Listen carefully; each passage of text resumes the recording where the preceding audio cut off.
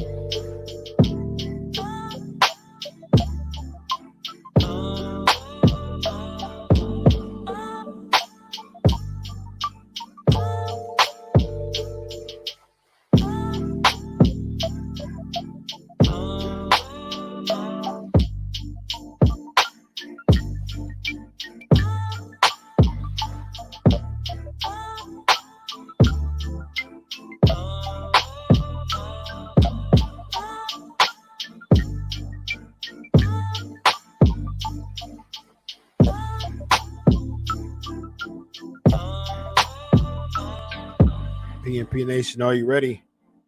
Wrench Mob, are you ready? Well, you know what time it is. Episode 426. Let's do this thing. Let's have some fun. Without further ado, let's go. Yeah. You already know what time it is. It's that official time where we take this worldwide. Let's go.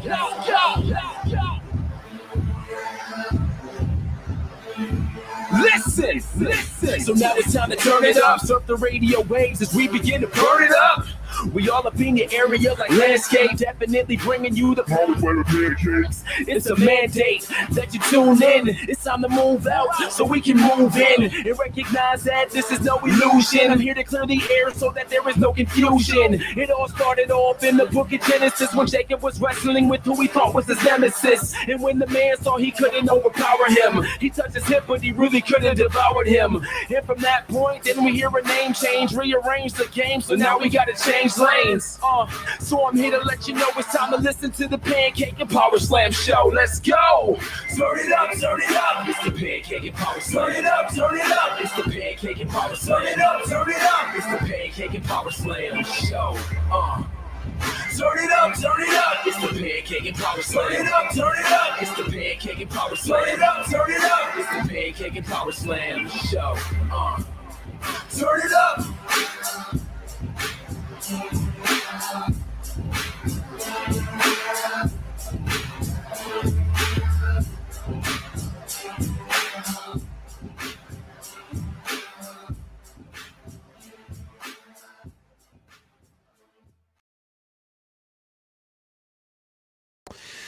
Episode 426, ladies and gentlemen. This is the Pancakes and Powerslams show. I am Chris Featherstone, as always, getting live and in living color. We are live and living color, getting funky like a monkey, if you will, baby. Yeah. All right, so we're gonna have a lot of fun tonight, as we always do. We've got some exclusive information. We've got some double or nothing. We've got some exclusive, man. I talked to Dr. Chris Raynor today. We talked about Ember Moon, and the interview is about 26 minutes long. And yeah, so we're gonna have a lot of fun tonight. Lots to talk about, of course. And yes, so how's the PNP Nation doing tonight? How's everybody doing tonight? PNP Nation, how is everybody doing tonight?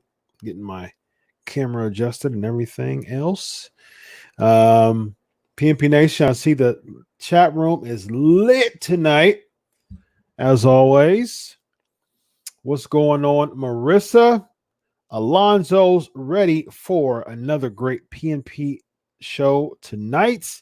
Christopher, always. Jay, you shall find out in just a moment. Dr. Chris Raynor is going to tell us about Ember Moon's injury, going to give us some really good details, and it's going to reveal to us if Ember Moon can ever come back to wrestling, because if you heard, if you know about that, in January she got injured, and then she recently said she doesn't know if she'll ever come back. Does Dr. Raynor confirm it? Does Dr. Raynor deny it? We shall see in just a minute. We shall see, Alonzo. Dr. Chris Raynor is going to let us know. What else we got? Oh, it's time, baby. Yes, Elvis, good to have you. Good to see you. All right. Why is Charlotte on all the shows? That's funny. Episode 426. Yowie, wowie. Yes, indeed. Yes, indeed. Yes, indeed. Wilf from Winnipeg, Manitoba, Canada. Nice. Good stuff. Good stuff. All right. So let's jump right into it. I am not going to bore you with well, of course I'm not boring you, because we have lots of fun every week. Of course I'm not going to do that. But at the same time, let's jump right into the interview. Lots of fun, and you will receive some really, really good information about the status of Ember Moon. So here we go, ladies and gentlemen.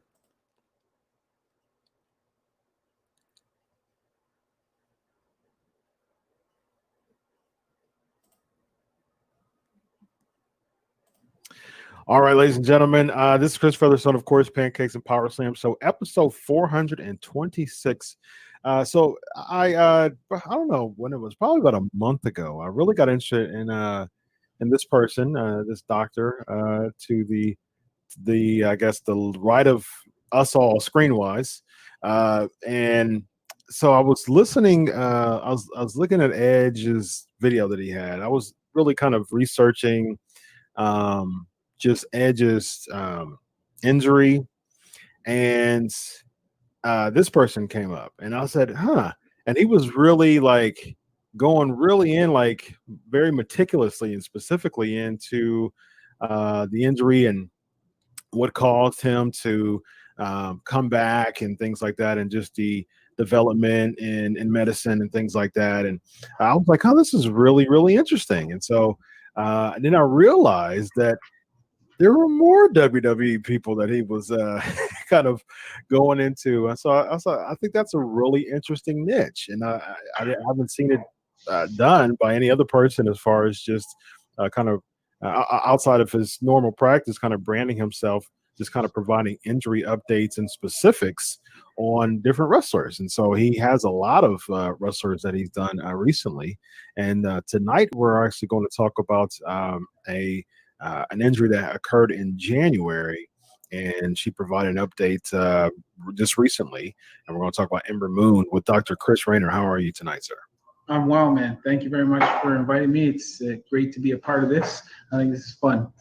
Awesome, man. So you are, we talked off air, and you spilled the beans with your lingo. You are Canadian. So, and my guess was Toronto. You told me about 60 miles outside of Toronto. So how were you born and raised in Toronto? So no, I was born Kitchener. Yeah. So I was born and raised in Kitchener. And yeah, as you said, it's about 60 miles outside of Toronto. And I basically did all my education and stuff close to there. And then I have moved to Ottawa, which is the nation's capital. That's where I live now. Mm-hmm. And that's basically where I live with my family, and then where my practice is based. Nice. So you specialize in sports medicine with orthopedics, right? And so What got you, what was your interest? What was your interest in really diving into that field? Okay. In orthopedics, you mean? Yeah. Yep. Okay. So I always knew that I wanted to go into medicine. And so I had to sort of figure out what subspecialty of medicine I wanted to go into. And during my university or college days, I guess, as Americans say, I played varsity football for the University of Western Ontario. So that's basically one of Canada's Ivy League schools. Okay. Mm-hmm. So I played football there, and I was drafted to the CFL. And during my time as a varsity athlete, I had some injuries myself, and I had orthopedic surgery. So when I was kind of thinking about what I wanted to do, I was like, oh, this is kind of an interesting field. I've had surgery myself, and I know that I'm a kinesthetic, physical person. I like to do stuff with my hands. Mm-hmm. So I thought, oh, if I was going to do surgery or sort of do something in medicine, this could be pretty cool. So I kind of had an interest from that. And then later on, when I eventually had to give up football and I was no longer a part of that, I really did miss the team atmosphere, being in the locker room, being with the guys, and being on the sidelines. And when I was thinking more about what I wanted to do in medicine, I realized that the team physicians who were doing the sports medicine for the team, they were basically doctors that got to hang out with the team. And so, not wanting to grow up and be a child forever, I said, hey, if I'm going to do something, maybe I should do something that allows me to be on the sidelines with the team and hang out, and I don't have to grow up.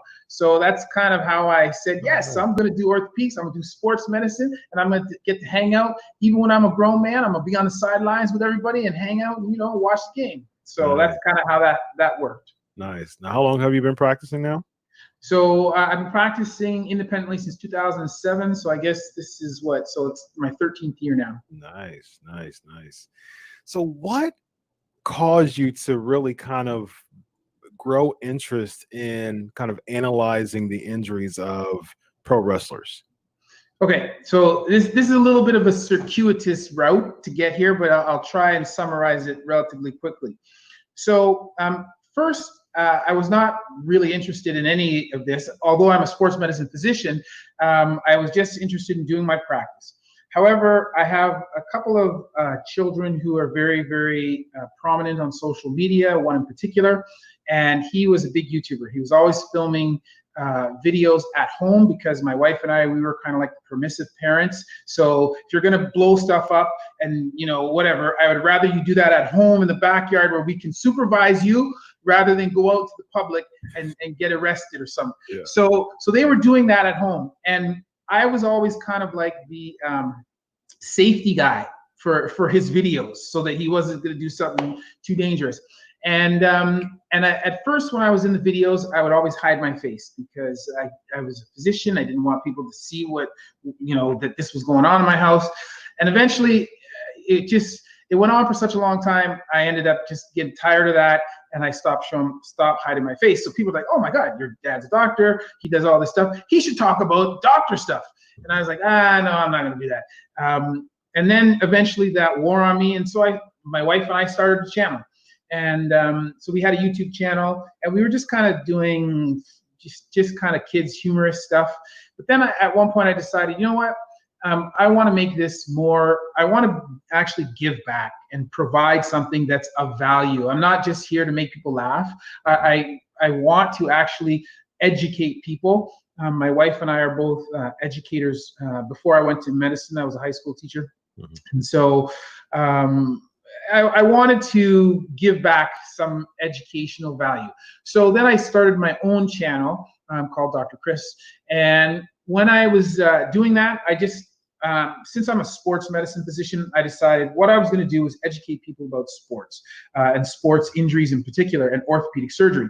And I wanted to do it in a way where it's not like I could stand up in front of the screen and just, ream out facts left, right, and center. And that's not interesting. It's not memorable to people. And the stuff that's in my head that I take for granted, there's so much information there. But if I say that to the average person, they fall asleep. So I wanted to try to package it in a way that was entertaining and that people were excited about. So I've done a bunch of different sports, but to be honest, the best response that I got was from the wrestling community. I do not know what it is about wrestling, but people love their wrestling like no other.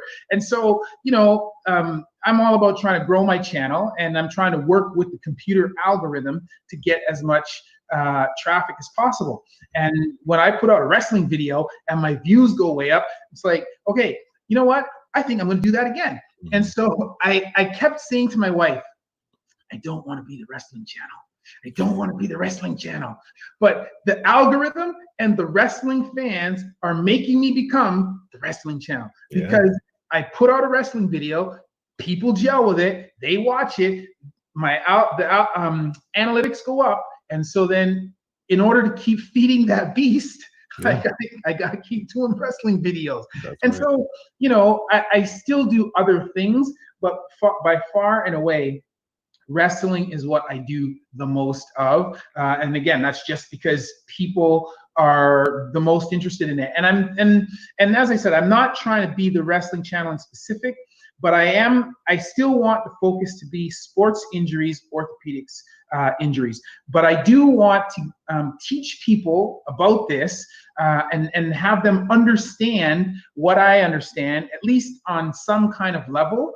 And so, when you listen to, you can imagine if you walk around and you talk to your friends and they go, oh, did you see this injury?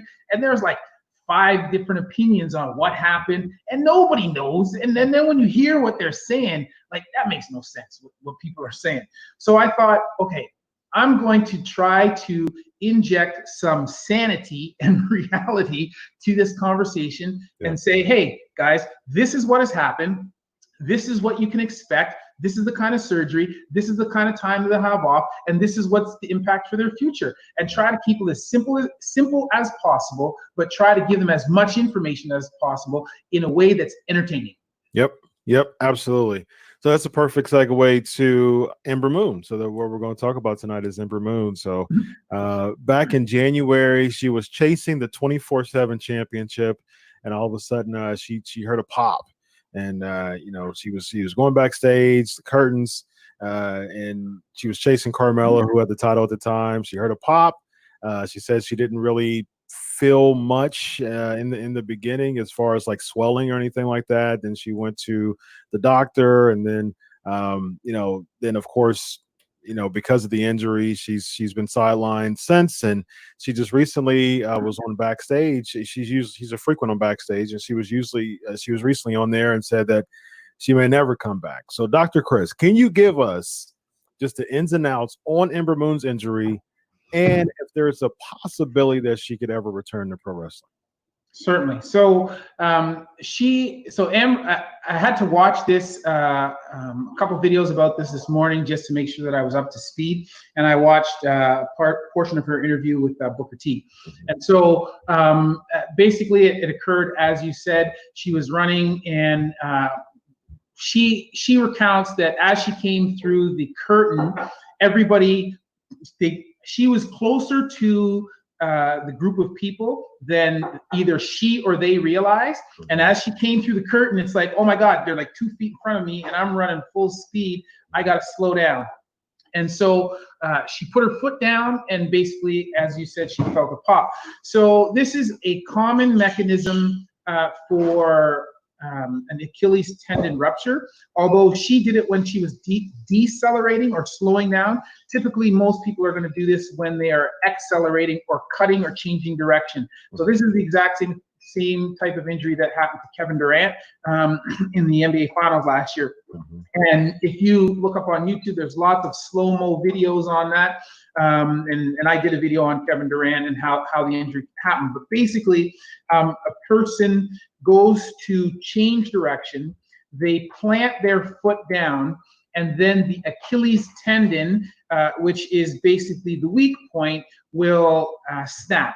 And so there are different types of injuries. You can have an injury that occurs in the tendon itself. So if you feel the back of your leg and you can feel your calf muscle, and then you feel down at your heel, the thin band that runs up from your heel, that's called the Achilles, and it inserts into the calf muscle above, and then it inserts into the bone on the heel below.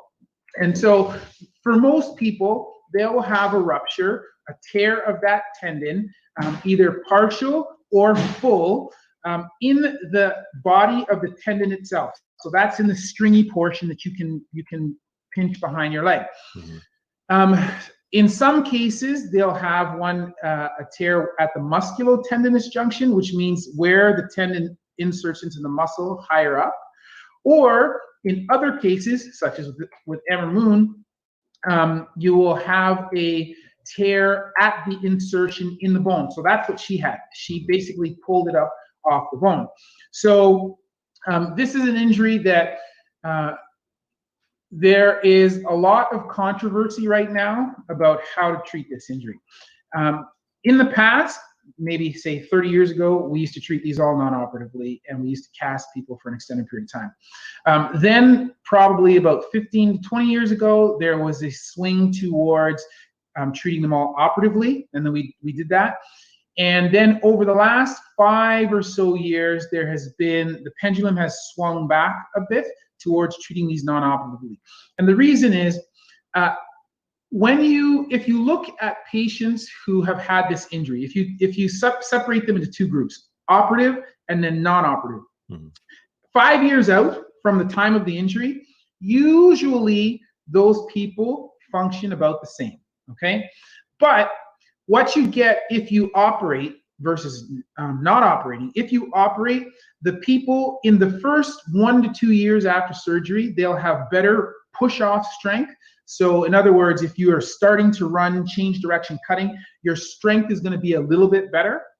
And so that is kind of one of the main reasons why we want to do that, particularly with people who are athletes. The downside, though, is that the skin over the back of the Achilles, the blood supply there is not really great. So when we operate, these wounds tend to have a high rate of wound complications. So you get the benefit of it having better push-off strength in the short term and a little bit quicker return to a ballistic type of activity. But you have the increase, on the other hand, of complications, right?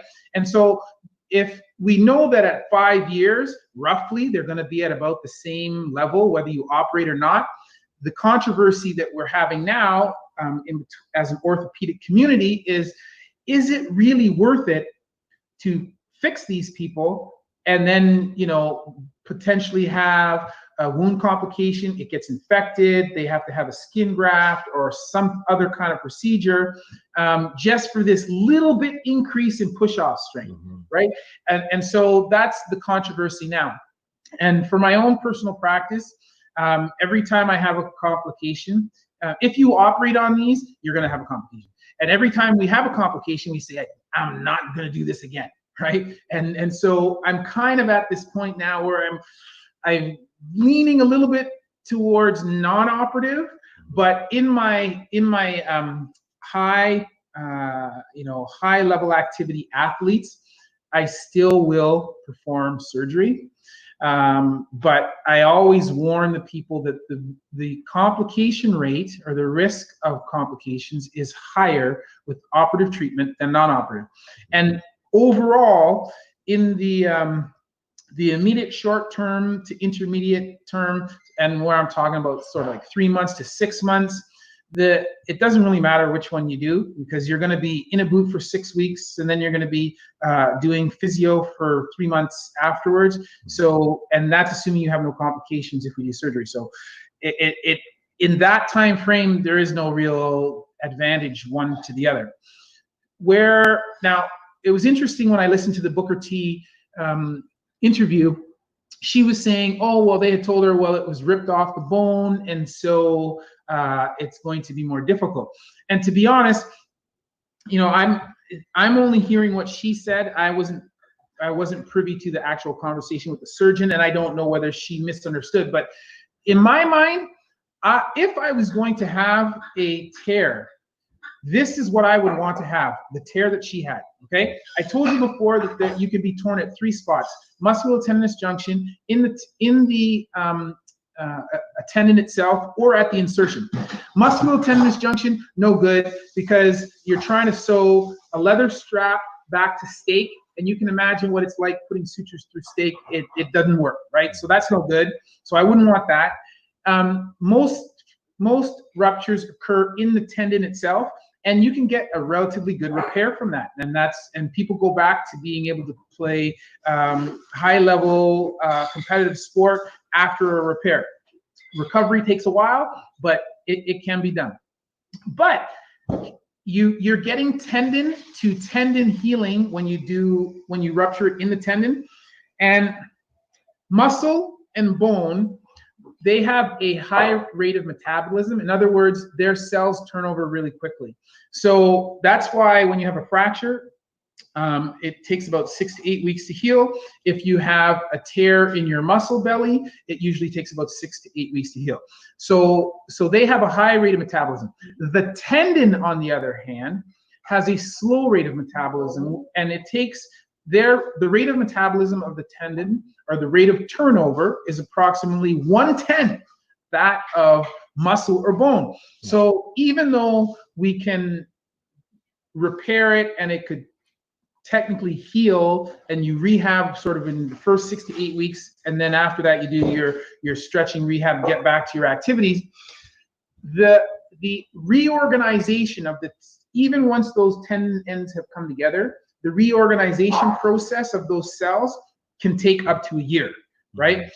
So to be honest, if I had to pick, I would pick what she got, because now we're talking about the tendon healing back to the bone, right? And we know that the bone has fast metabolism, relatively speaking. So for me, it's like, if I was going to have it, I want what she got, right? Like I want to, granted, if you have what she has, I don't think you really could have the option of not treating it operatively. I think that automatically puts you in the surgical camp. But if I was going to have a surgical repair, I want what she has, because I have tendon healing to bone, which is going to be nice, quick, and good healing. So that's what I want. So that's what she said. Now, she talked about her recovery.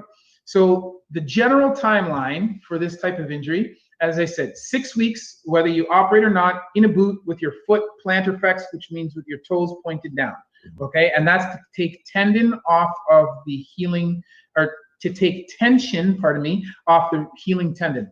So that's 6 weeks. And then there's another, after that, 2 to 6 weeks where we take your foot, which is pointed down, and slowly get you to get into a flat position.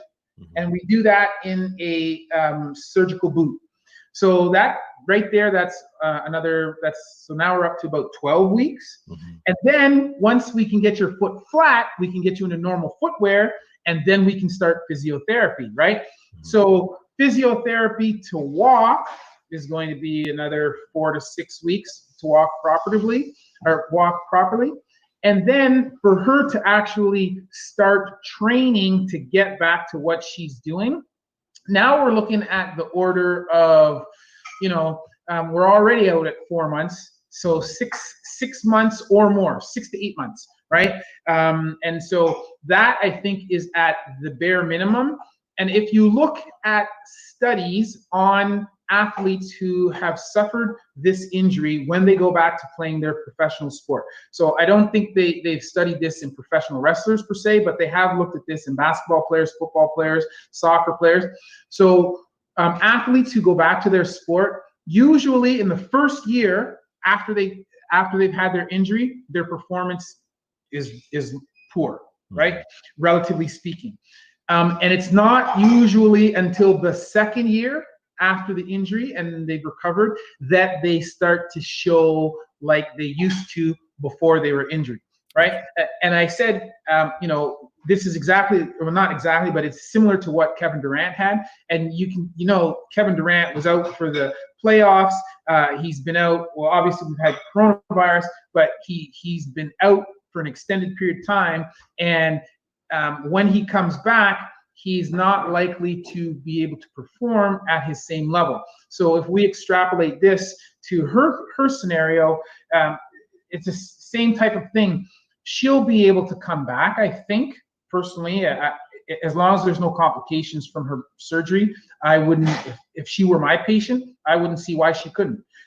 However, her performance is going to be suboptimal for at least a year after her return.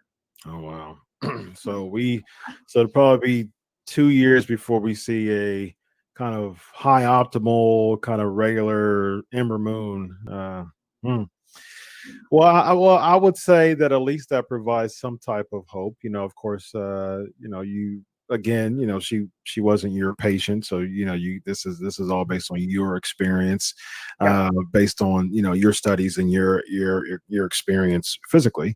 But I think based on that, I think that does provide some type of hope to Ember Moon, who's kind of seems as if she's just kind of stressed out severely from the injury, and it just seems like she doesn't see much of a bright future. So I think if there's a shred of a chance, that'll probably motivate her. So hopefully this episode, if Ember Moon, probably when Ember Moon hears it or listens to it or sees it, my hope is that there could be some type of shred of kind of restoration, or reignition, to kind of get her into the proper things to be able to get back. So I think, and with wrestling, even if your performance isn't as normal, the feel of getting back into the ring, the feel of taking the bumps, the feel of doing all that, and when public events open back up, the feel of the crowd and all that, those are important factors of the professional wrestling kind of sphere, if you will. So for sure, I'm glad that you were able to break that down for us and give Ember Moon some hope, but that there's a potential future for her to get back. And she's relatively young too. She's only been in WWE for a few years, and so Lord willing, she has a bright future ahead of her. So promote your stuff, man. You got some really good stuff going on. So let the listeners know about your YouTube channel. For sure, man. I appreciate that. So they can find me on YouTube, Dr. Chris Raynor. And they can also find me on other social media, on Instagram and Twitter at Stable Knees, KNEEZ. And then also on TikTok, Dr. Chris Raynor. And so I'm all out there just putting out information on sports injuries, orthopedics, and on fitness and fitness promotion. Mm-hmm. Gotcha. And this is correct, right? YouTube.com/Chris Raynor. Yeah. No, Dr. Chris Raynor. Dr. Chris Raynor. Okay. Yeah. Okay. We don't want to go to the wrong one. That's right. We don't know who the other Chris Raynor I don't know. They won't. This won't look like me. That's all. right. So Dr. Chris Raynor. Yes, sir. Okay. Here we go. YouTube.com/Dr. Chris Raynor. Dr. Chris, it has been a pleasure to have you on the show, man. I really enjoy you giving us that update, and hopefully in the future, there's going to be injuries. It's pro wrestling is an injury laden sport, unfortunately. So for sure, man. Yeah. So hopefully we can have you back on the show to give us more updates, man. Anytime. I appreciate it. Thanks again for having me. Awesome. Thank you much. All right. All right. Good stuff. Good, huge stuff. Good injury report from Dr. Chris Raynor, and look forward to have more of that. We actually talked. We actually chatted after the show, and so he has his go to youtube.com/Dr. Chris Raynor, and yeah. So look forward for him to come on the show more to give us injury updates. So. Seemingly, most likely, there's a really good chance that he will be a regular on the show to give us injury updates. He's a really cool YouTube channel too. So go and check that out. PNP Nation, we have a lot to talk about. We got some double or nothing. We got you know what I want to talk about. You know what I want to talk about, what happened last night. You know. So we're going to talk about that too. Before we go into double or nothing, I do want to give my deepest heartfelt prayers to the family of Shad Gaspard. So sad. I am just so it's just so tough to even think about something just so drastic like that. Just like that. And just so, so heroic in his decision to put his son before himself. And man, I just can't imagine just drowning and being swept ashore because of a wave. Just so sad. So young. I mean, 39 years old, and just so sad. So I spoke with JTG, and I checked on him, and he told me how he's doing. And so it's a really tough season for pro wrestling right now. So again, my prayers go out to the friends and family of Shad Gaspard. So we're going to take a few minutes just to be in silence for Shad Gaspard.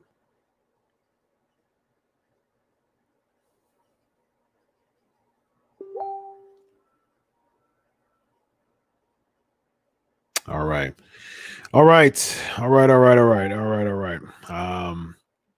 So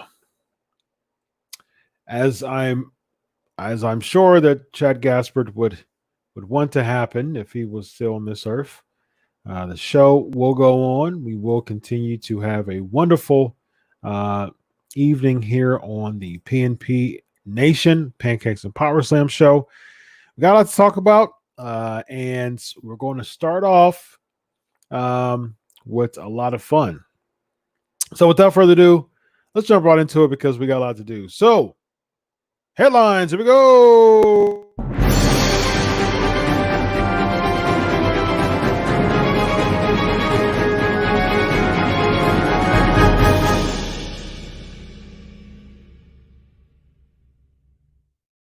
All right. Let's talk about some double or nothing. AEW double or nothing.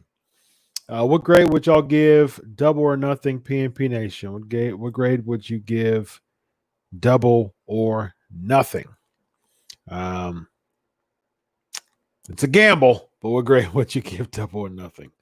Ba-dum. What y'all thinking as far as that is concerned, as far as Double or Nothing is concerned? I would grade Double or Nothing.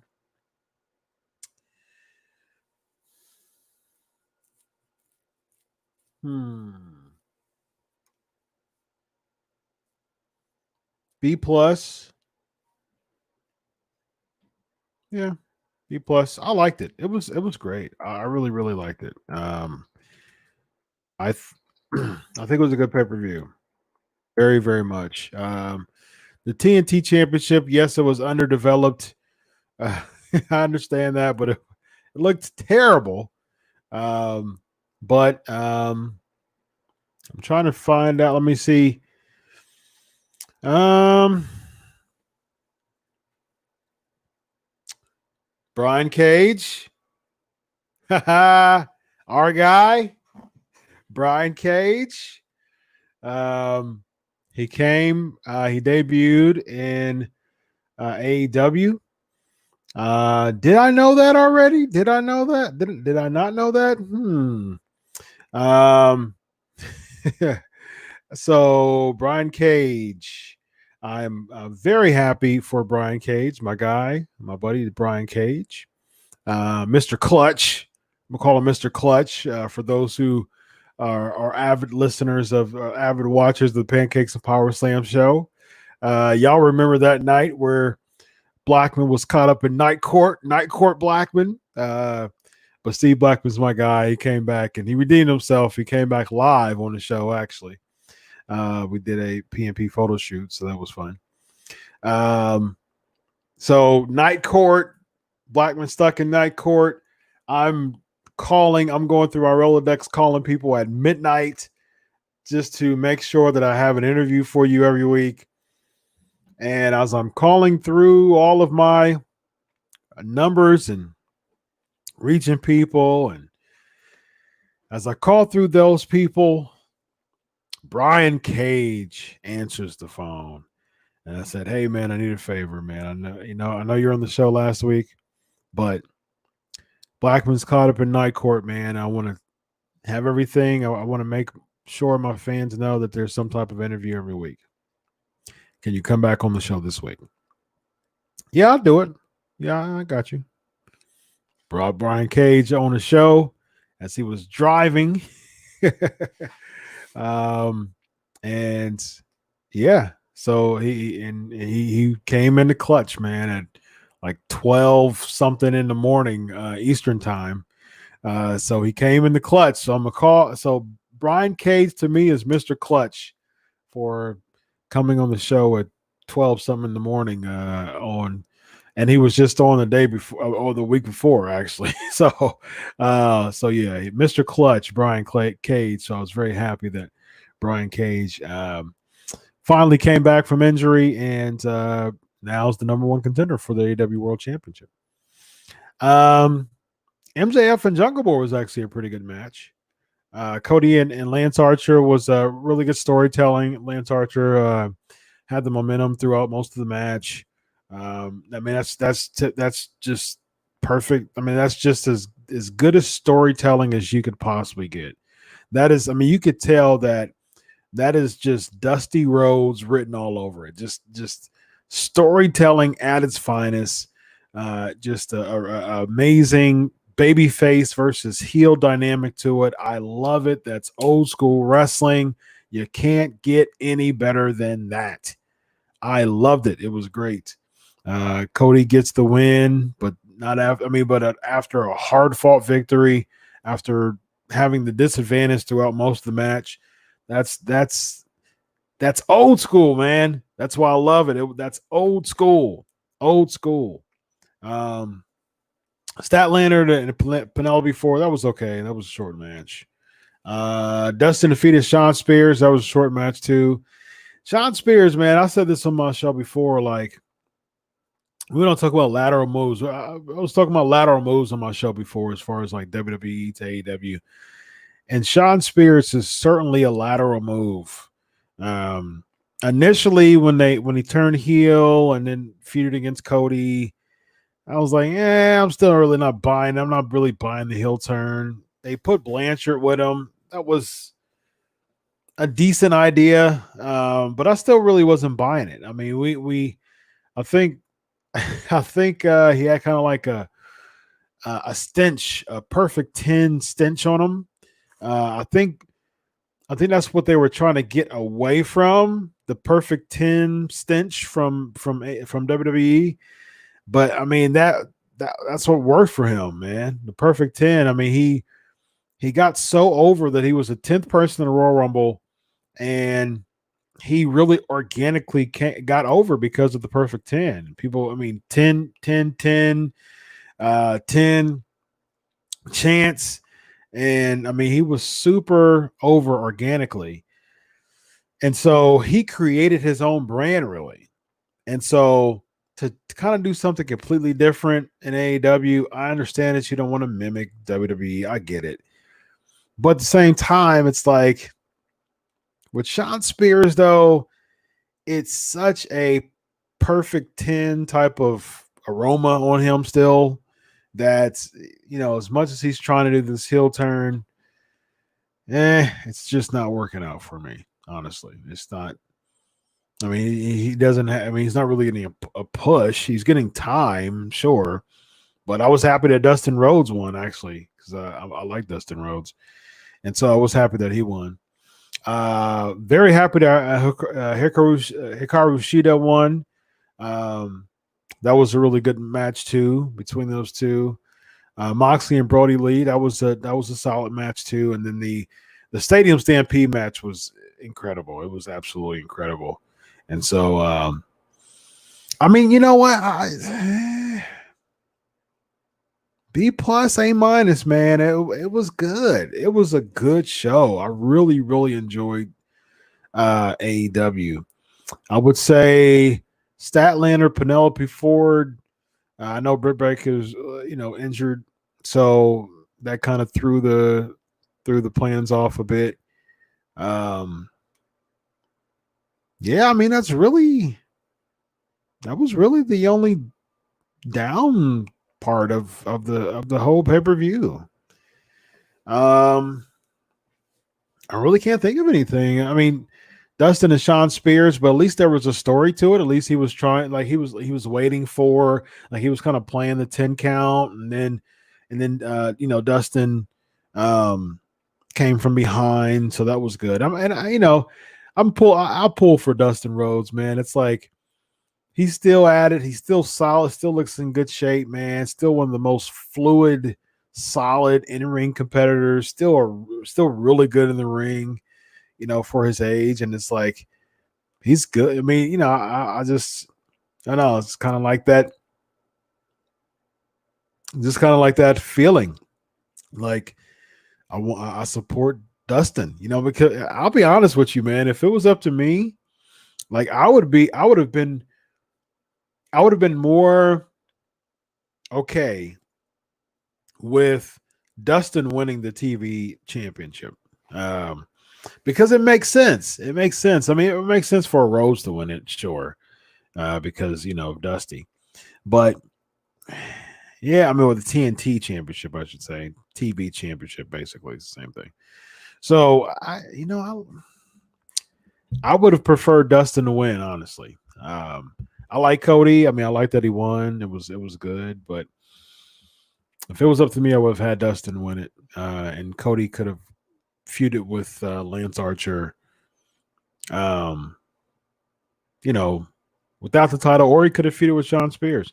It could have went any way. So that would have been my choice. I'm glad that Brody Lee, or Mr.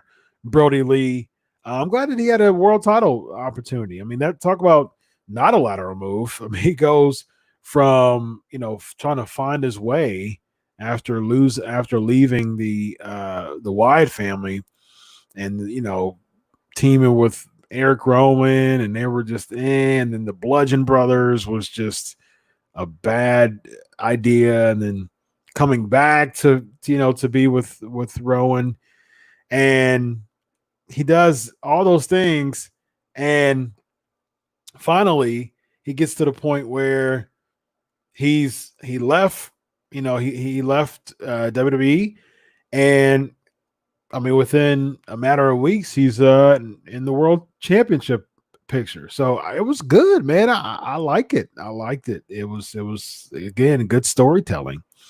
And like I said, it's that Stadium Stampede match, man. That was incredible, man. That was just, I mean, it was just so fun to watch. It was so fun to watch. PMP Nation, what y'all got? What y'all thinking here? Lots of AEW talk.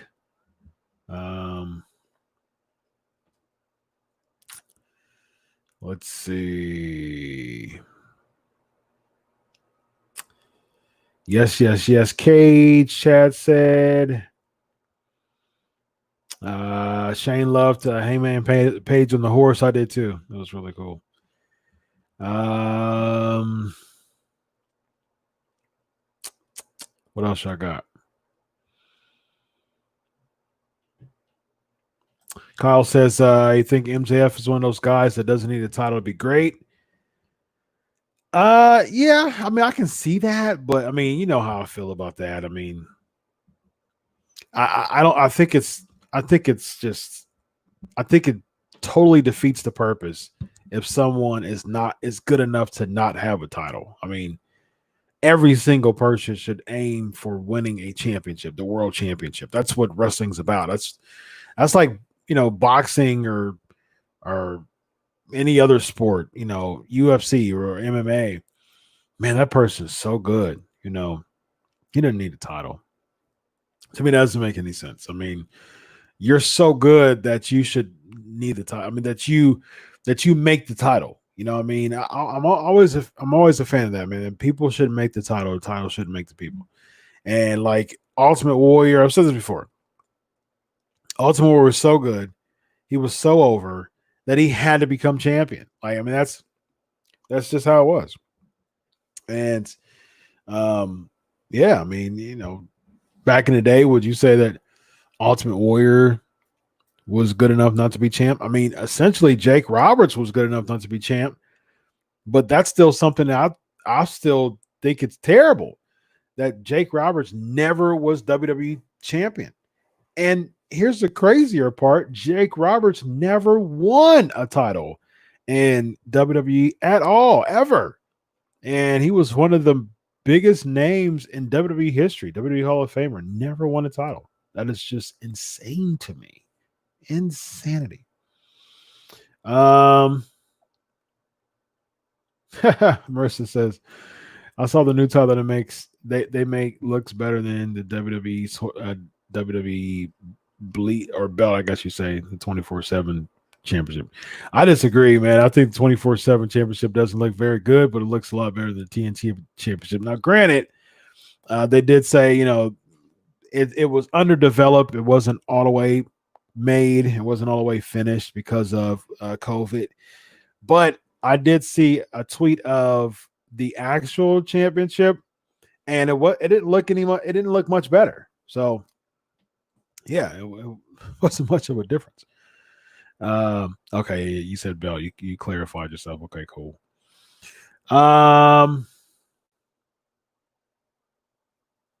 Luke saying AEW.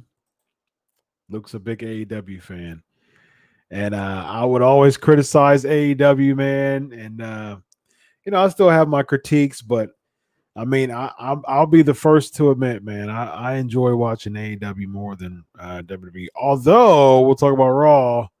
They picked up something. We'll talk about that. But just because of the fans and things like that, I enjoy watching AEW more. So yeah. Sean Spears, if he really wanted to turn heel, turn on Blanchard, leave him laying, and talk about how old and dead the Horsemen are. Would that work?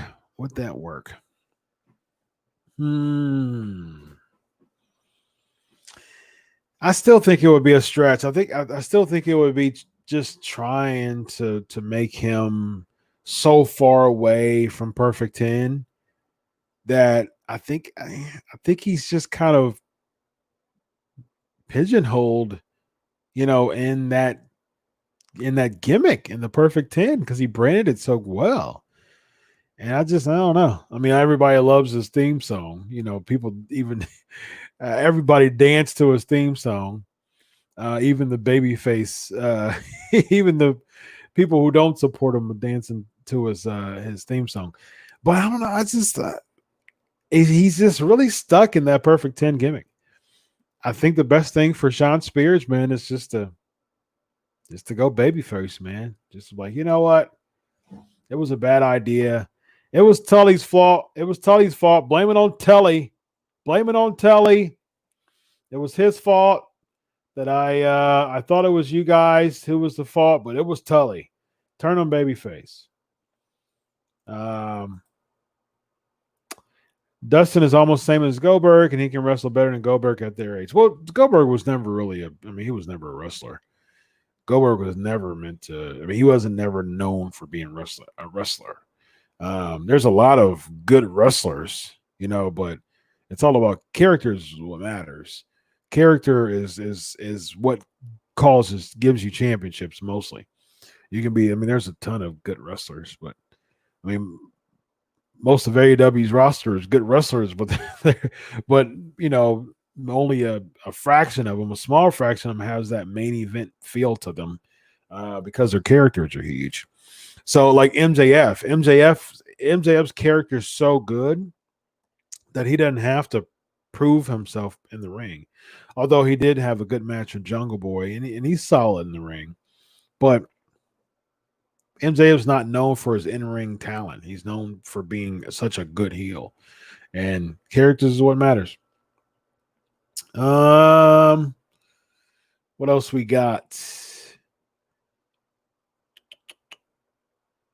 Cody was interviewed and said he liked the title as is. Well, Cody has a bad taste of of title preferences. That was an ugly title. Ugly. It was ugly. Pentagon Jr. Perhaps we can talk to Dr. Chris about that. I'm not sure of his update. I know that Phoenix got injured. But yeah, Pentagon's been gone for a while too. So, and that's not a surprise because they just do so much in the ring, man. They spend so much time just going in the ring that it's just, it makes sense, unfortunately, but it makes sense for them to get injured, and that sucks. But every day, every time they get in the ring, they put themselves at high risk, him and Phoenix. So unfortunately, that's not a surprise. How is it in Ohio? It is hot. It's hot in Ohio.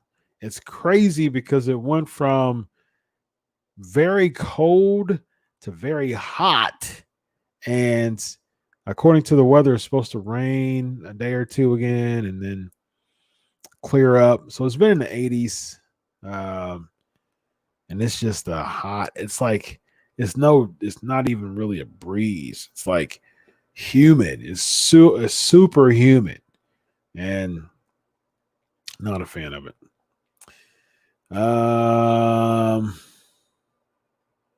Chad liked to hang full sprint on the football field last Wednesday. That was funny. That was super funny. Jake Roberts never won a title. Really wow, I didn't know that. Yep, never won a title. Never won a single title. Not even tag team. He's never won a single title in the WWE at all, ever.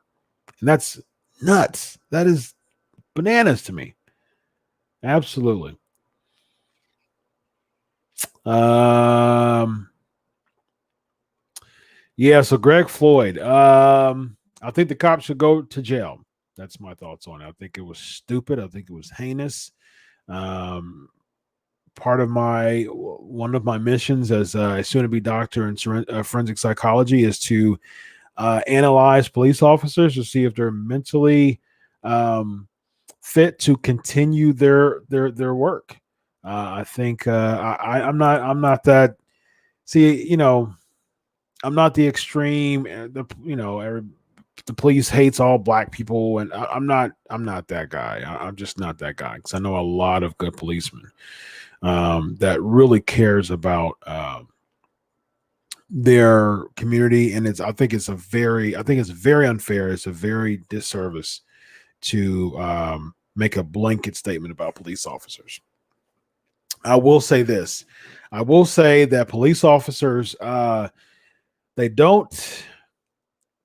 I think that a lot of police officers, they've been in the field for a long time. They've been dealing with a lot of mental stuff.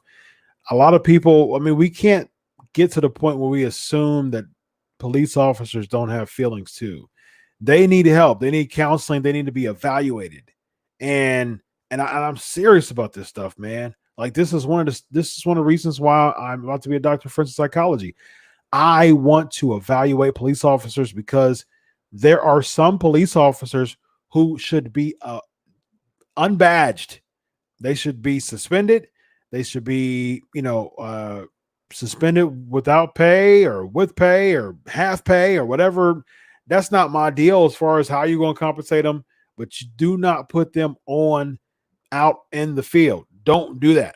Don't put them out in the streets, because they just aren't mentally capable to handle situations, and they get in their feelings, and they don't have good composure.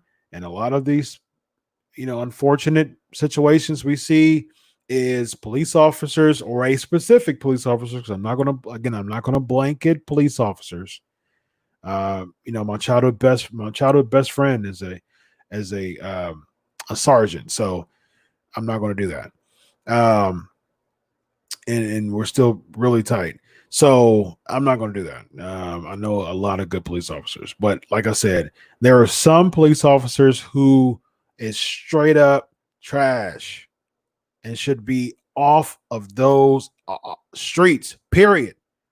And we see with Greg Floyd, we see that the police force is not perfect, for one, and for two, there are stupid police officers that someone is repeatedly saying, I can't breathe, and you're continuing to have some type of martial arts knee choke, and he's losing life. He's handcuffed. He has absolutely, you're not going to be harmed at all. You're not going to be harmed whatsoever. And what you did was murder, and you should be in jail for it. Simple as that. And his partner was just as stupid, trying to ward off the bystanders. No, look, get to your partner and tell him how stupid he is right now by having by suffocating a man who's defenseless, is cuffed. There's no danger. There's absolutely zero danger. Period. No danger. He could have been whatever the charge was. Zero danger. And cuffed on the ground. He was contained, and there was no danger. Zero danger. So there was absolutely no purpose for that to happen. Period. It's stupid. And fired is such a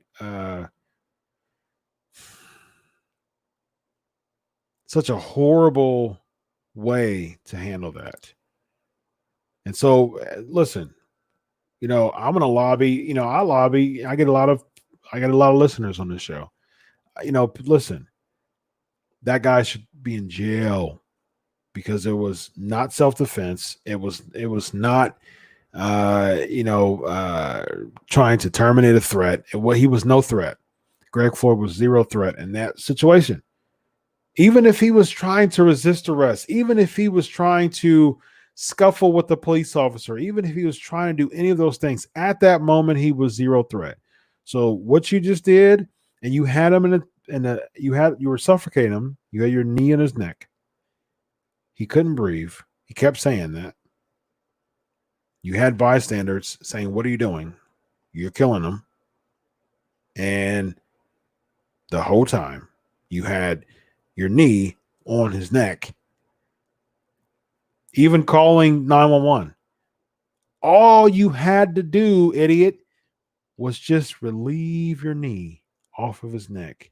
And when he would perhaps gained composure again and not be suffocated, not be asphyxiated, essentially he got hung. Essentially, there was a noose around him because he was defenseless. He was laying on his face down, and his neck was, I mean, he had no passage. Like his passage was being compromised. So that's murder, man. Simple as that. If you disagree with me, get off the show. See you later. All right. Let's continue.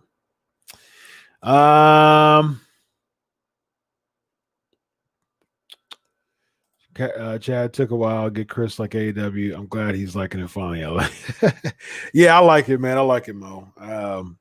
I'm enjoying AEW, man. I really am. Even the weekly programming, and it's good stuff. I enjoy it. Do you think there's real heat with John Morrison and Seth Rollins?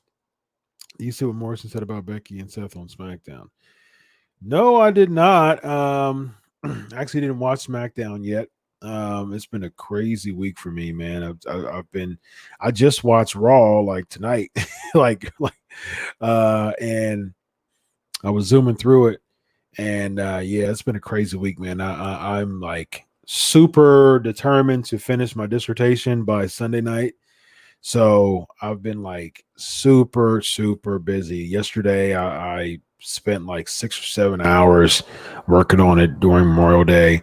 Had company over after that until over, past 2 a.m. Then I had to wake up in the morning. I'm a mental health specialist, and then I had to wake up in the morning and then go to work at 9 a.m. So yeah, it's been a crazy week for me. And so a lot of tomorrow and Thursday nights and Friday nights. Well, a little bit of Friday, but mostly Saturday night.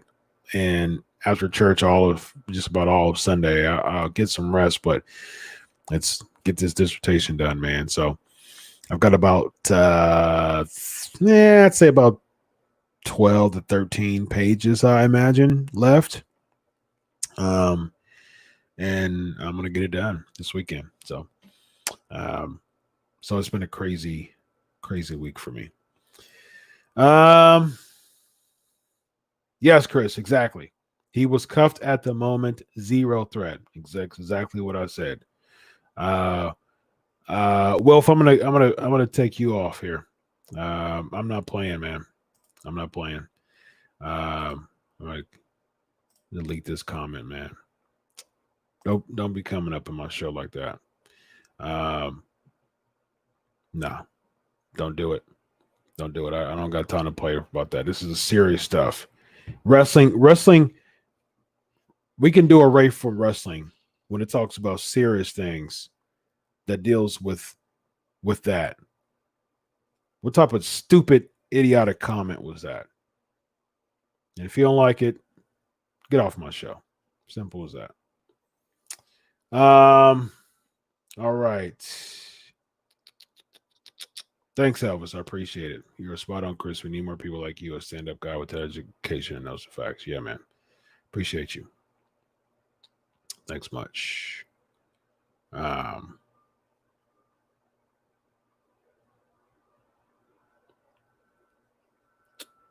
agree, Chris. 90% of police are good guys, 2% are like those you saw today and should never be able to wear a shield. Yep, I agree. Should never be able to. And I definitely think that, again, police officers, they deal with real things. You have to understand, I'm look, this is my wheelhouse, man.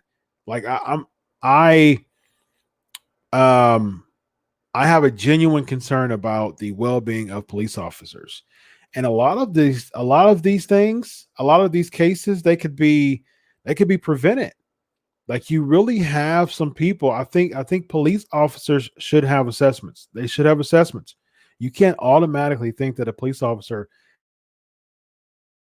isn't going through stuff with their kids, that hasn't experienced a death in their family, isn't experienced some type of rift in a relationship. Like they deal with real stuff like everybody else does. We can't expect them to be just perfect people and impervious to any type of feelings. That's sick. That's ridiculous. That's impossible. So I think that is safe and important for police officers to be assessed and to make sure that they are emotionally fit to be in the streets.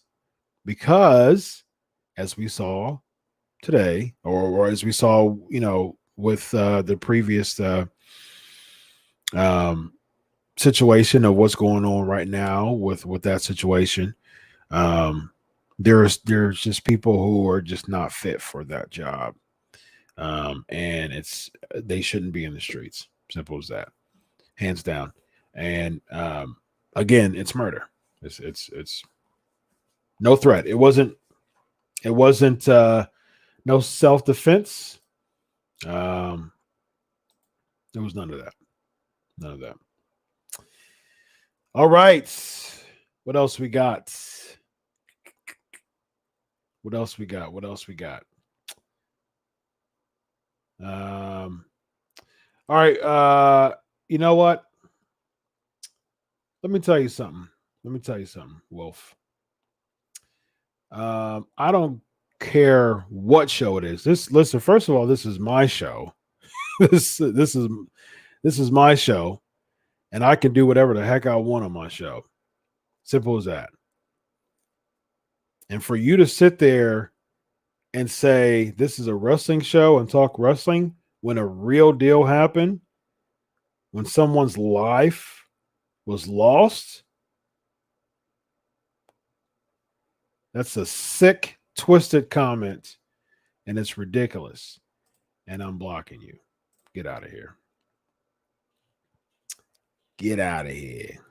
What's up with craziness? All right. Get out of here. See ya. See ya. See ya. Yeah. Get out of here, man. That was a stupid, super stupid comment. First of all, my show, my rules. Let me say that again. My show, my rules. Simple as that. I can talk about whatever I want to. And I definitely will talk about a real deal over fake wrestling when someone's life is lost because of stupidity. Simple as that. So, as Kyle is saying, delete, delete, delete. Amen, Luke. People are not compassionate to the issue. They are part of the problem in this world. Exactly. Yes. Yes, indeed.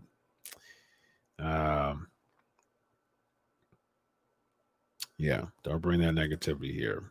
Nope. That ain't happening. He gone. He gone. Yep. I can talk about whatever I want to. Why? Because it's my show and my rules.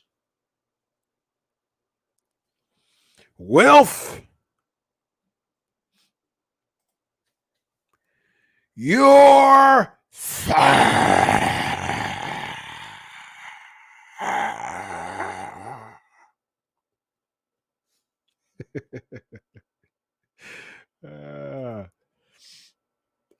thank you, Chris, man. I appreciate you. very much. You're the Vince of the show. I love it. Thanks, man. Good stuff, y'all. That's very true. That's very true, Mo. Yeah, that's what a stupid comment. Talk wrestling. I can talk about whatever the heck I want to. It's my show. I gave you a warning. I said, don't say that or you're going to get up out of here. And you continue to make stupid comments like that. And if you do continue to make stupid comments like that, you don't need to be on my show. Get him out of here. You all bought it hook, line, and sinker. Oh, man. Oh, man, yeah. Comment chat room is lit tonight. I love it. Bye, Felicia. Amen. All right, some good Ask Chris questions. Let's do it. All right, so when the Undertaker retires, do you think Vince will make a huge deal out of it? What do you think about Rey Mysterio's retirement ceremony? I think that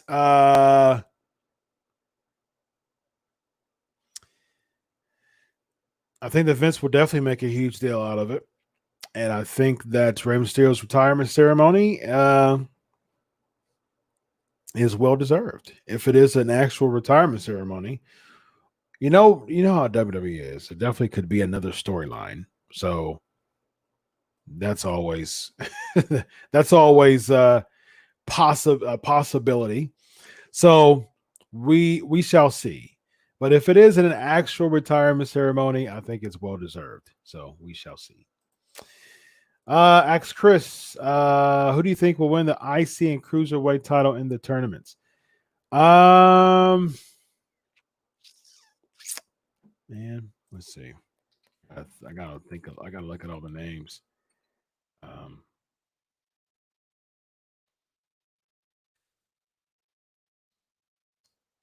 Let's see.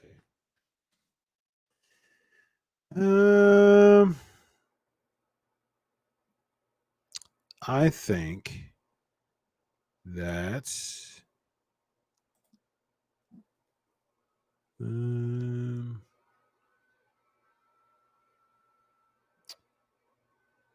see, based on that might give it to Jake Atlas. I hope they give it to Kushida. Like I'm a big Kushida guy. He was one of my favorite people in Japan. Yeah, that's my pick, Kushida. I gotta remember who's in the IC Championship tournament too. They might. No, I don't think they'll do it to AJ. I don't think they'll give it to AJ. Although it's still weird that AJ's in the on SmackDown. But you know what? They'll probably do Jeff Hardy. Yeah, they'll probably do Jeff Hardy. See, I think they should give it to Elias, honestly. I think because Jeff Hardy, Daniel Bryan, and AJ Styles have all had it before. Elias has never won a title other than this 24/7 championship.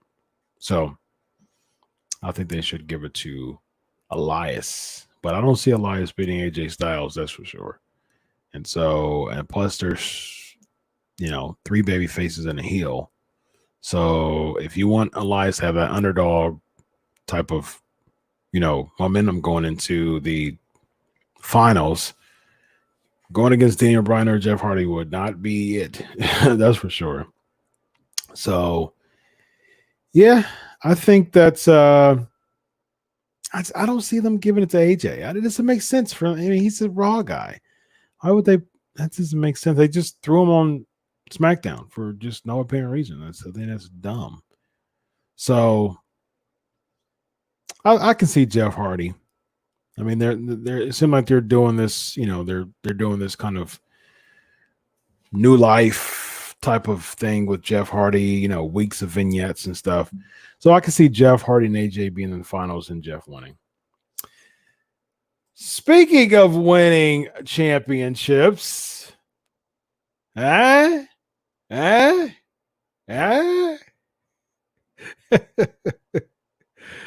speaking of winning championships,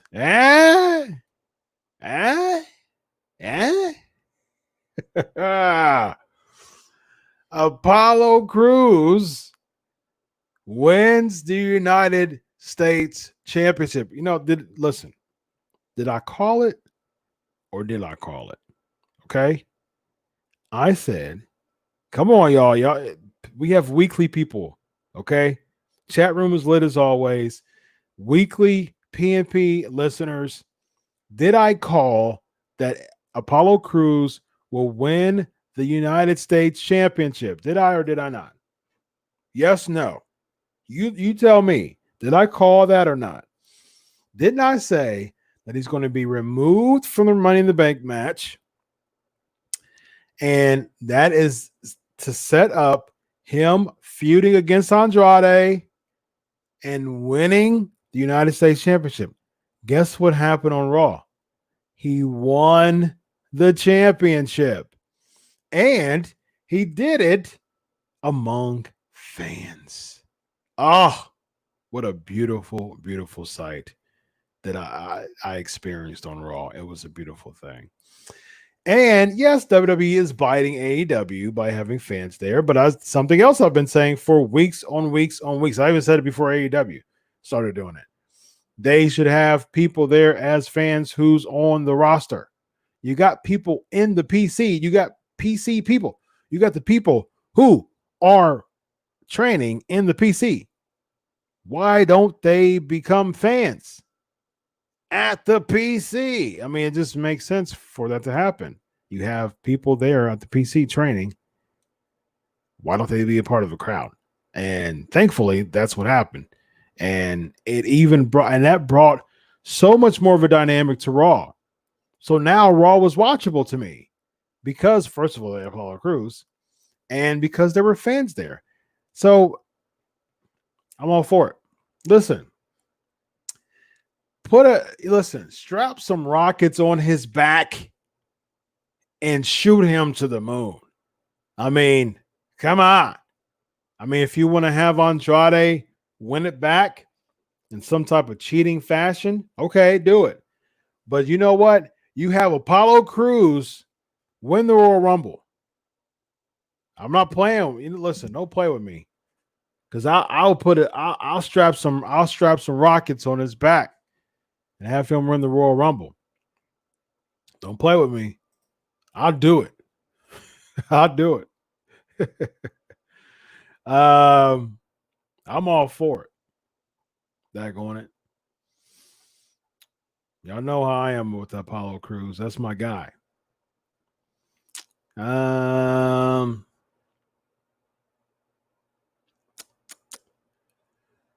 What else y'all got? What y'all got, PNP Nation? What y'all got in here? Christopher thinks Styles is going to win. AJ for IC, Atlas for Cruiserweight. I'll go like I said, I'll go Jeff for IC and Kushida for Cruiserweight. I'm a big Kushida guy.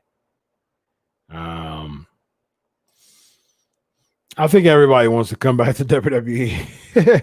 But as far as Moxley, I mean, the dude was miserable. So I'd imagine that he don't want to experience that again for a long time, if at all. I mean, the dude was miserable. I mean, check out his interviews right after. I mean, I'm sure you at least know about him, Brian, but man, that dude was miserable. And so the Jericho interview, there's a couple other interviews, I think. What else was he on? He was on one of those sites, one of those big sites. I forgot what it was. I forgot what the site was. I forgot what the website is, but yeah, he was on those those websites or those. He was on the website in Jericho. Man, miserable. And so I definitely don't see Moxley being in the state that he is now. Although, I mean, yeah, he's good AEW champion, but I don't know. It's just something. I've said this before. There's just something about Moxley to me that doesn't connect with me. Simple. I mean, just don't connect, man. So, I don't know. Russo would like to see Jeff Hardy win it too. Yes, indeed. Yes, indeed. I was excited. I celebrated. I did an inner pop because I was busy while I was watching on my phone. Actually, I was actually busy getting ready and prepping for the show, and so I popped for it. But as I was trying to hurry up and watch it before I start talking to you all, so I was super happy. She is awesome. I'm shocked he lost to Drake last week. Yeah, that didn't make any sense to me either, especially when they announced that Drake was no longer there. And Drake even said that he's going to go against, he's going to kind of, wrestle out his contract and be gone. So that was a bit weird to me. Bit weird.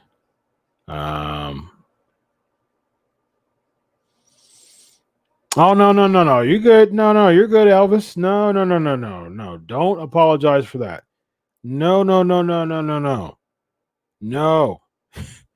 Don't apologize for that. That is much necessary. That needs to be talked about more than any type of wrestling, anything. That stuff needs to be talked about. That's real stuff that needs to be talked about. So, I mean, yeah. I mean, listen, that actually, Elvis, that actually was instrumental to getting rid of the calloused, black-hearted chat room attendee. So it made me do some good sifting and some kicking out of this show. So yeah, absolutely, it's totally cool. Totally cool. AJ's officially on SmackDown now. Oh yeah, that's right. Still doesn't make sense. Still stupid to me. Riddle coming to Raw or SmackDown.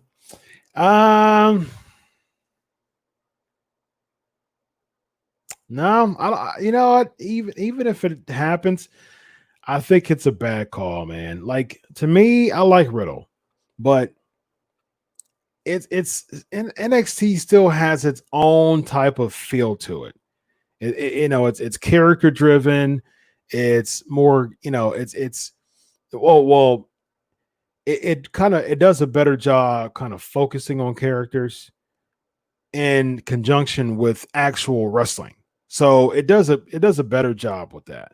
So WWE and Raw and SmackDown it's like you can feel that it's trying to do entertainment. Like it's doing its best to have the entertainment, but you can't entertain an empty crowd really. And then you finally bring people back in, but it's damaged goods at this point. You're trying to salvage weeks and weeks and weeks of really, really bad programming. And interestingly enough, you bring people in when you realize you're having a record low month, and now you decide to bring people in. So, yeah, I mean, a little bit too late for that, buddy. I agree. He's even said on Backstage, Luke, that he wants his old music back. Like he's kind of lobbying for his old music to come back. I agree. Totally agree with that. Yeah, of course. I guess who else was happy for Apollo?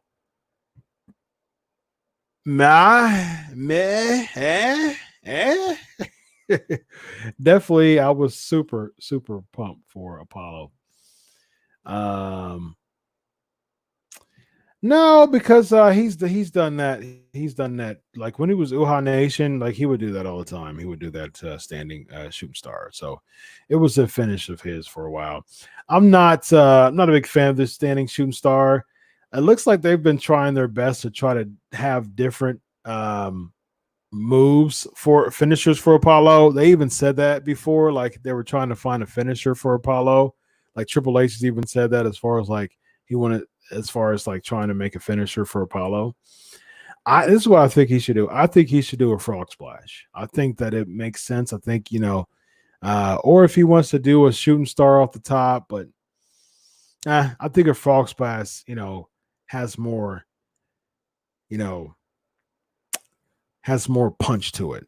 Has a better punch to it. I think if he does a frog splash, he's a huge guy, very agile, but gigantic. I've seen him in person. Huge dude. And so he's deceptively big. And I think that a frog splash would be really good for Apollo Crews. Yes, it's overused. Kevin Owens used it, Seth Rollins used it, Montez Ford uses it. So, I didn't like his atomic drop power bomb though. That just seemed too convoluted. Like you want a snappy finish. You like if you're a champion, you want to finish that like draws attention. Like if you think about it, like Hogan did a daggone leg drop and it was over. The Rock did a elbow, it was over. Triple H with his pedigree. You punch him, you lock the arms, that whole sequence, it works. Now, Apollo Crews doesn't have either there's a sequence to the finish or a snappy finish. Like Orton doesn't need a sequence for the RKO. Drew McIntyre does the 3-2-1, but he doesn't need it for the Claymore. Sheamus with the bro kick, he does the fella, but he doesn't need it. It's just it's not a move. Like for instance, like Triple H kicks before he locks the arms in. Stone Cold Steve Austin, he kicked before he did a stunner. So it was a sequence. So it's either a sequence or it's an actual snap move. And Apollo doesn't have really any of that. So it seems as if now the sequence is the gorilla press into the standing moonsault and then the standing shooting star. So I think that's too much. I think that's just kind of doing too much because if we're building up suspense or we're getting that snap finish or that sequence, doing the gorilla press to a standing moonsault to a standing shooting star, that's just too much. So hopefully they change that up. If they maybe they should do like a better sequence to the standing shooting star. I'm not necessarily opposed to a standing shooting star, although I think he can have a snappier move with that. I think he can have a better finisher, but I'm not too opposed to it, but the sequence is just too long. Yes, he deserved to be champ, Marissa. Absolutely. Absolutely. I caught it. Nice. I caught it, but I have to say new U.S. champ in Fink's voice. Ladies and gentlemen, and new World Wrestling Entertainment United States champion, Apollo Crews. That's the best thing I could do. Yes, I did call it. My boy is the WWE US champion. Amen. Yes, indeed. Goldberg, Riddle, Saudi. Perhaps.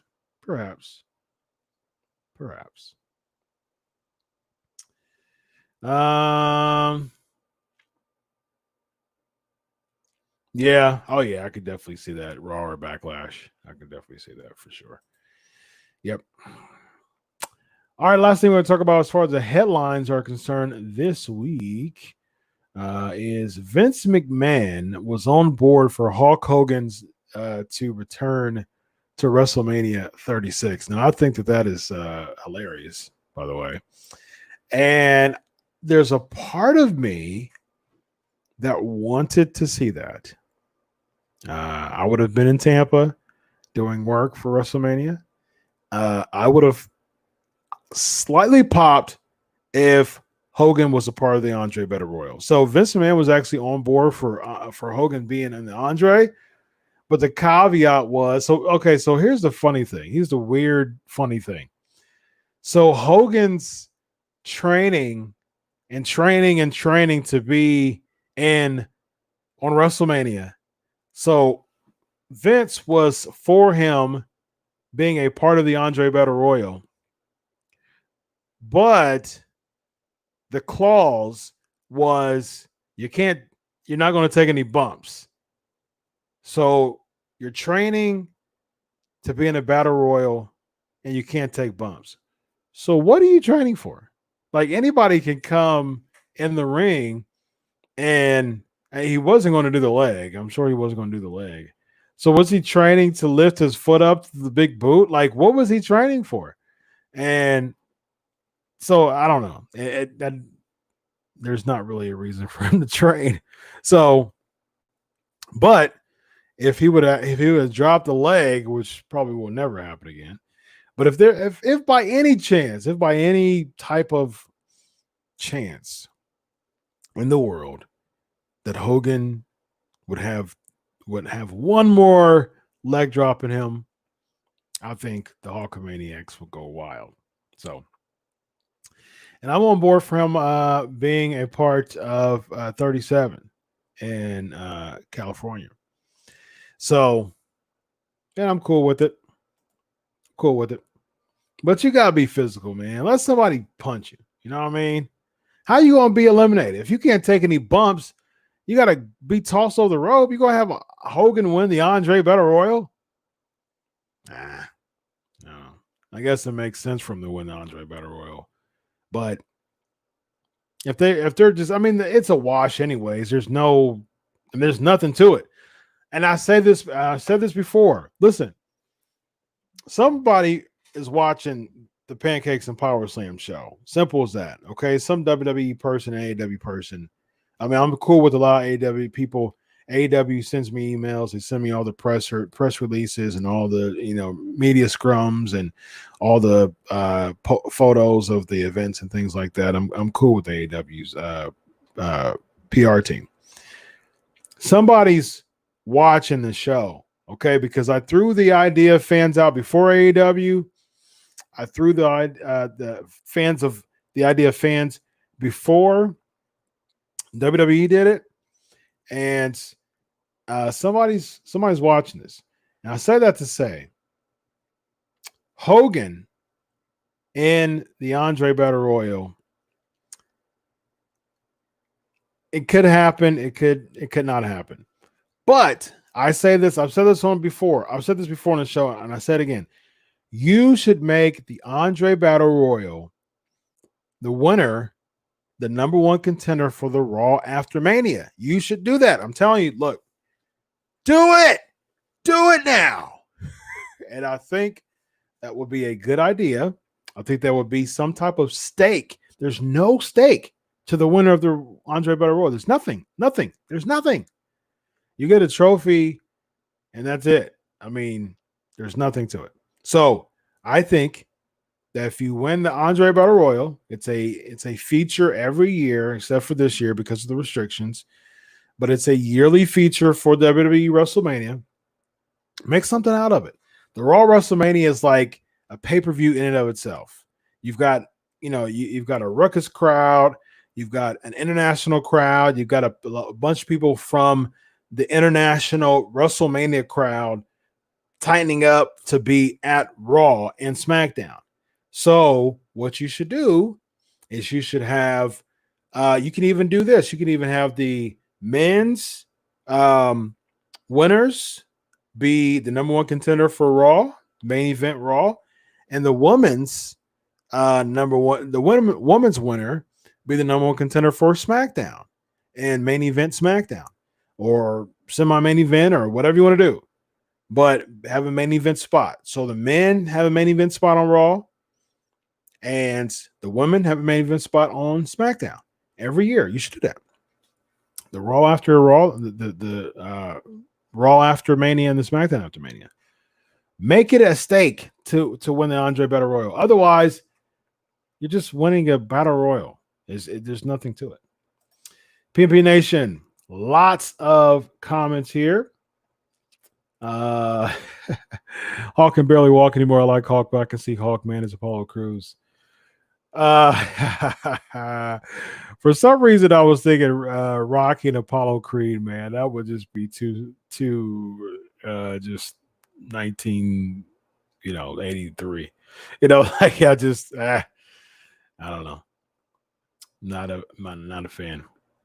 Here we go. Mike Ryan dropping the PMP fact tonight. Alan Coach, aka Bad News Brown, won the bronze medal at the 1976 Summer Olympics in judo. Nice. I didn't know that actually. That's cool. Yes, he would not get up if he dropped a leg drop. That's not going to happen. Yes, Chad. Yes, there it is. Hilarious. So Hogan's training just for this. That's it. That's what he's training for. Absolutely. That's the only thing he's training for. So both nostalgia and ratings, definitely. That was funny. Oh no. This would be the worst WrestleMania of all time if that happened. The buy rate would be the worst ever. If they promoted that, nah. Not going to happen. Not going to happen. Marissa's asking me, Chris, what are your thoughts on Edge's promo about being in the greatest wrestling match ever at Backlash? I can't wait to see them wrestle just one more time. It brings me back to my childhood and reminds me how awesome wrestling can be. I think their greatest wrestling match ever is a very corny line. I think it's I don't see that happening. I don't think that's going to happen. And I don't think it's going to be the greatest match ever. I think it's going to be a good match. They typically have very good matches, actually. But to make that a tagline, I mean, it just seems like they're just kind of grasping for straws to make that a tagline. I think it's kind of corny, honestly. Kind of corny. All right. Yeah. That's his training every day. Oh, no, brother. I don't like that one, brother. No, I don't like that one, brother. No, brother. That's who I can call to help me out with this, brother. Hey, Jimmy Hart. Yeah, this is Hawk, brother. I'm trying to do this training, man. I need you to come over to the shop real quick, brother. All right, here we go. No, I don't like that one either, brother. I don't know if I can do this. I don't know if I can do this, Vince. That's basically what he's going to do. That's hilarious. Any more Ask Chris questions? We're going to wrap it up for tonight. The Flavor of the Week topic, real quick, is going to be the most devastating injuries. And Raw and SmackDown grades, real quick, guys. What do y'all give Raw and SmackDown grades?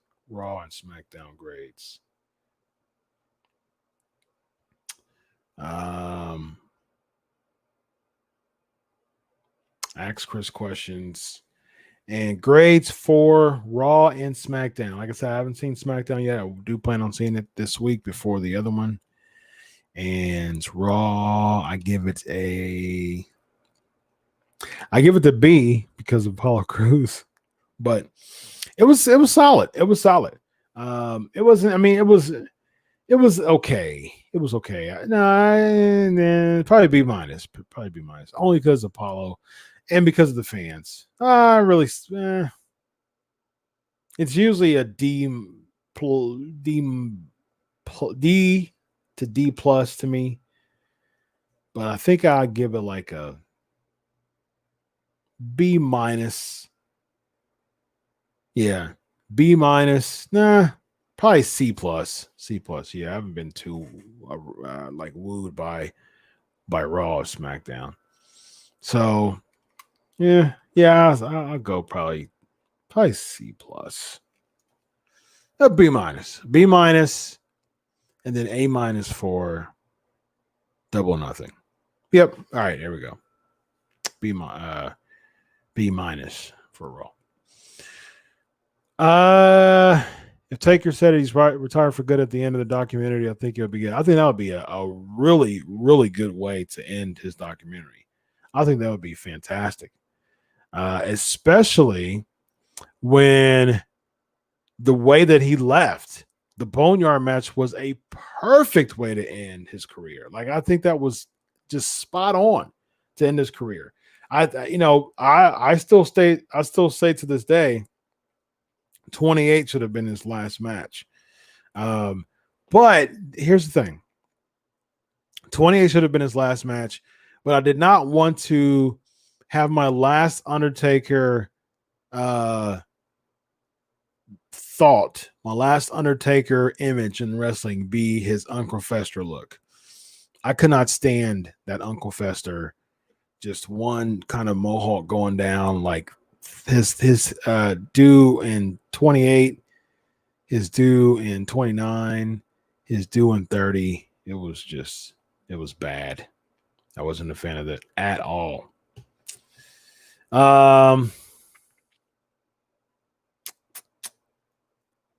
Ask Chris questions. All right, so let's see.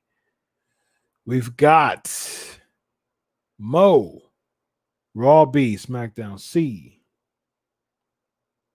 Raw B for Ryan, Raw B plus, SmackDown C plus for Alonzo. Robbie says Raw B, SmackDown B minus. Marissa says solid C and SmackDown solid C. Mo, do I notice there's more segments, promos on Raw than match? Yeah, because it's a 3-hour show. You have to stretch 3 hours. I mean, it's like, of course they're going to have more promos because, I mean, you really have to stretch a show with restricted number of people. And as you know, as of yesterday, no fans. I mean, before yesterday, no fans. So you really have to do is stretching as much as possible. SmackDown C, yeah, I did see that Gulak's resigned. Good call for him. Very good call for him because, like I said last week, I don't see him in some big prominent role anywhere else. So definitely good for him.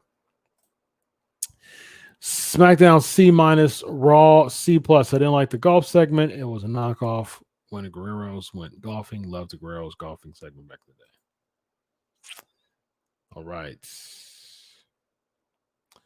All right, y'all. So let's do Flavor of the Week. Let's do this. Here we go. It is now time for the flavor of the week.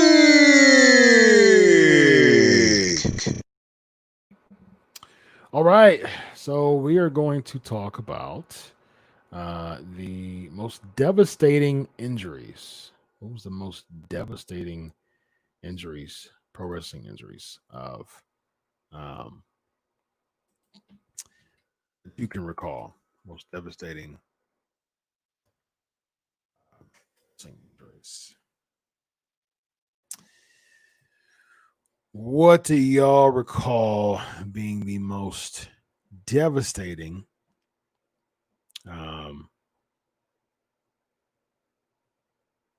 injuries?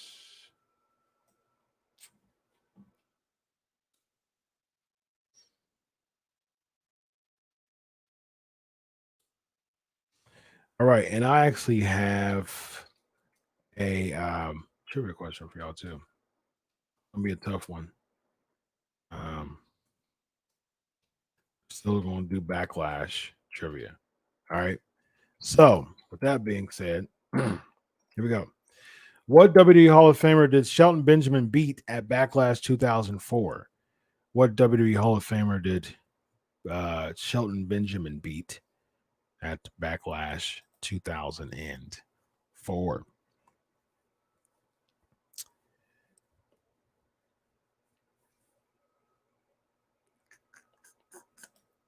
What WWE Hall of Famer did Shelton Benjamin beat at Backlash 2004?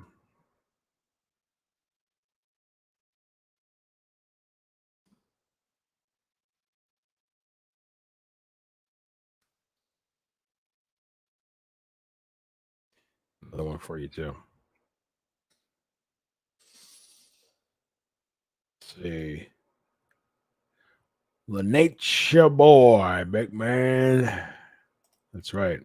Ric Flair. That's right, Simon. Ric Flair. The Nature Boy, big man. All right, one more before we get to these injuries. Let's do this. Who did Hulk Hogan and HBK compete against at Backlash 2005? Who did Hulk Hogan and HBK compete against at Backlash 2005? A little tougher one, but we shall see. PNP Nation, what y'all got? Who did Hulk Hogan and HBK compete against at Backlash 2005? What y'all got?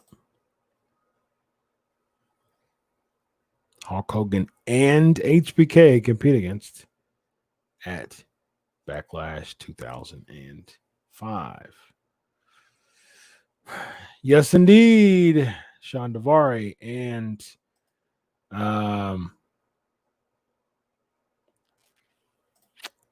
Muhammad Hassan. Good job.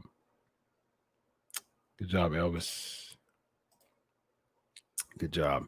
All right, so let's go through these injuries real quick. So we're talking about the most devastating wrestling injuries that you remember.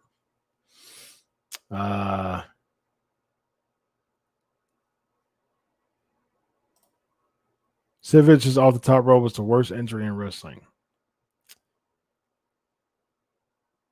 Says Shane. Luke says Sid. Edge and Daniel Bryan injury. Steve Austin breaks his neck. Yeah, that was crazy. Foley's ear, you're getting sliced. Yeah, definitely. For sure. Lonzo says Austin with Owens pile driver. Yeah, shortened his career. Yep, definitely. HBK neck injury. Yeah. The first fall was planned. The second one wasn't, and he felt it for sure. Yeah, that's a good one, Mike. Stan Hansen, his eye popping out, and yeah. Well, yeah, that was or Vader. You talking about? Yeah. That was popping, and then Vader's was crazy.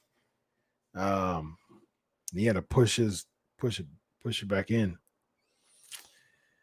Yeah, I do remember Cody get his head busted. Yeah, that was a big one. That jacked up Rollins. He was on the top of the food chain at that time too, during his big tear. So that was crazy. Oh yeah, I remember that when Hardcore Holly got cut falling through the table. Yeah, that was crazy. I remember that. Yeah, for sure. Triple H 31 injuries. Yeah. That's yep. Draws injury. Yep, for sure. Ooh, that was a big one. Guerrero failed blading. Page's injury. Yep. Triple H quad 2001. I remember that. And he ripped his butthole. Yeah, I remember that. Oh, yeah. You talking about the Benoit?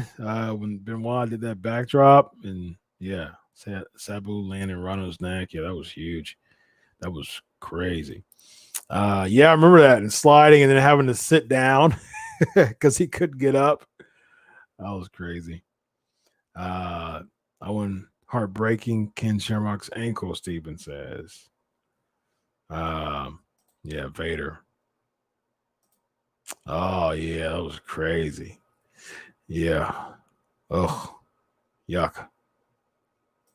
Yeah, man, I remember that match. And he just boom, and it just, oh man, his face just was jacked up. Super jacked up. He's talking about Joey Mercury, Chad.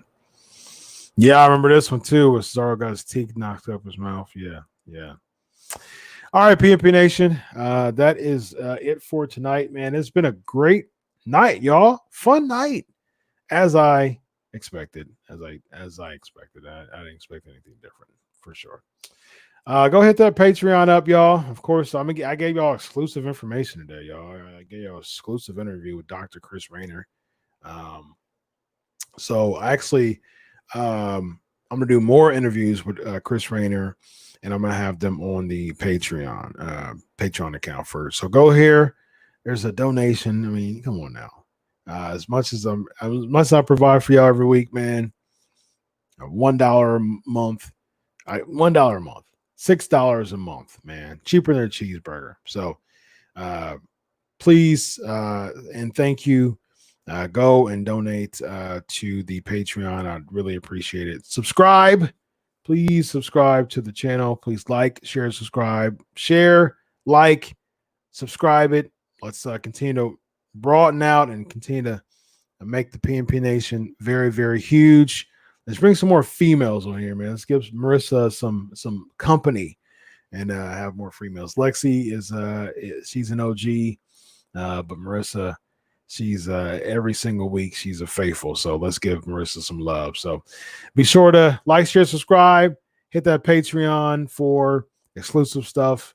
Like I said, I did talk to JTG this week as far as how he felt about Shad Gaspard. So if I got some time, I'll do write up on that one too. So, ladies and gentlemen, on 426 episodes in the book. All right. So continue to defend the PNP Nation. Continue to spread. Let's continue to have some fun. Lord willing, I'll be back next week to have some fun. Evan was supposed to jump on. I spoke to him, but he was supposed to be back this week, and I spoke to him during the show, actually. But he did not make it. So without further ado, ladies and gentlemen, this is Chris Featherstone. Yeah. 500 people show respect to Shad. Yeah. At the beach where he passed away. I in the picture. Yeah, that was great. That was fantastic. Marissa says, please, more women. Yes. Come on, ladies. Show Marissa some love. So, all right, PNP Nation. It's 426 episodes. Until next week, enjoy your week of wrestling. God bless. And always remember, I do it for you. Have a good night, everybody. Peace.